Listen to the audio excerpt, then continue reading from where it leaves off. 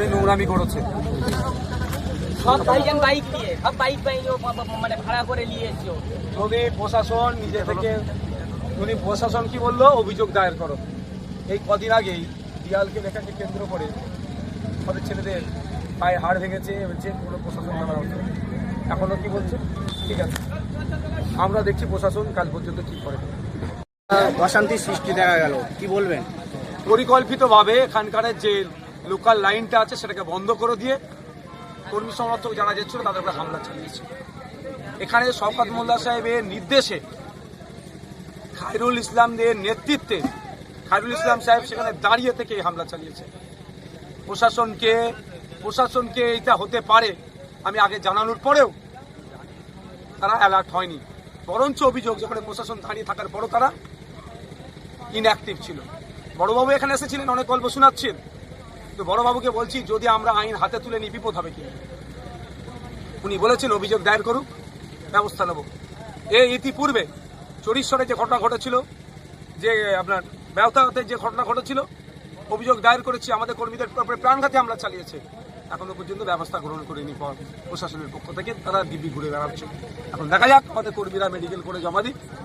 তো তৃণমূল কংগ্রেস আতঙ্কিত, শওকত মোল্লা সাহেব আতঙ্কিত হয়েছে আজকে এখানে লোক দেখে, হিংসা করে আমাদের মাইন্ডকে ডাইভার্ট করার চেষ্টা করছে। ভাঙড়ের মাটি অত সহজে নটোরিয়াস ক্রিমিনালকে বাংলার মাঝে জায়গা দেবেন। আর প্রশাসন যদি মনে করে এর বিরুদ্ধে ব্যবস্থা না গ্রহণ করে, তাহলে আমরা গণতান্ত্রিক প্রক্রিয়ার জবাব আমরা দেব। কতজনকে আহত করা হয়েছে বলে? একাধিক মানুষ আহত হয়েছে, অনেকের গ্রামে পৌঁছে গিয়েছে, অনেকে মানে হেভি ইনজুর্ড এই ছেলেটি হয়েছে। কিন্তু তৃণমূল কর্মী থেকে মানে অভিযোগ করছে যে ওদের জিসিবি গাড়ি ভাঙচুর করা হয়েছে। এটা তৃণমূলের তো নতুন নয়, পুরাতন। নিজেদের কর্মীদের মারধর করবে, হাতে একটু কেটে নেবে, মাথা একটু চুল ছিঁড়ে নেবে, ইয়ে বলবে ভাইয়ে ভাইয়ে মারপিট হয়েছে, পারিবারিক অশান্তি হয়েছে জমি জায়গা নিয়ে, আইএসএফের ছেড়ে দেন আমি মামলা করছি। এটা পুরাতন জিনিস, নতুন কিছু নয়।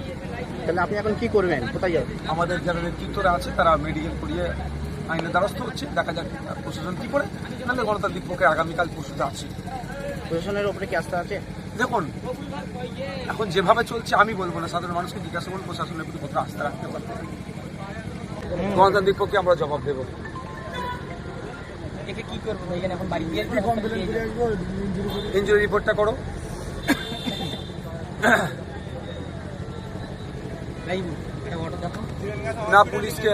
না পুলিশকে একটা সুযোগ দেবে, তুমি যেটা বলবে, তোমরা যেটা বলবে।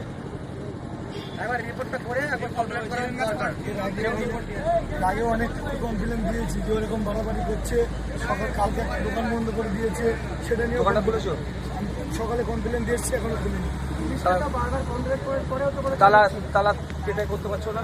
তালা ওটা আমি জানিয়েছি, ও বললো আমি সন্ধ্যের মধ্যে খুলে দেবো, তারপরে ওটা নিয়ে কথা বলবে, কি করবে বলা রাখবে। এটা আমার মনে হয় ভাইজান এখন আমরা ইনজুরি রিপোর্ট করি, আর কিছুক্ষণ সময় দিয়ে দেখা যায় যদি না হয়, কারণ এর আগে আমাদের 2-3টে এরকম সমস্যা হয়েছে। যদি ইনকেস যদি না হয় সমস্যা করে, তারপরে কিন্তু আমরা প্রক্রিয়ায় আমরা তোমরা তাহলে কি ইনজুরি রিপোর্ট করো, বড় নিজে একবার দায়িত্ব দিচ্ছ। যারা এসব দেখেছে শুনে নিয়েছে, শুনে নেবে। ওখানে যে সব থেকে বড় নেতৃত্বে এগুলো হয়েছে, ওর নাম সব যারা যারা মিথ্যা অন্য কারো নাম লিখবে না, যারা যারা ছিল মেন ম্যানেজার। রবুল ভাইকে ডাকতে হবে। রবুল ভাইকে বাইক দাঁড় করিয়ে লাইট মুখি মেরেছে, মুখি মারিয়ে দাঁড় করিয়েছে। রবুল ভাই সরো জানে সব জিনিসটা।